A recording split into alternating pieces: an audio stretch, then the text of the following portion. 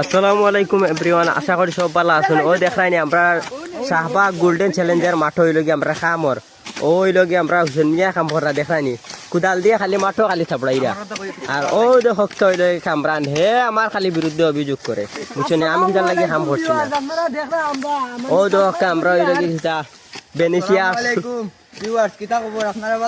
ওই দশটা ফার নিয়ে থাই বিয়ানি বাজার থেকে এই নিস্তার নাই কাম করা লাগে।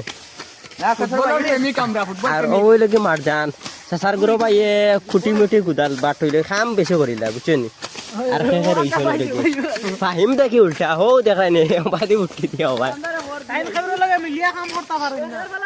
ও তো তার সরু লগে হিজে না এটা হে আলাদা করে কাম করে বুঝছেন।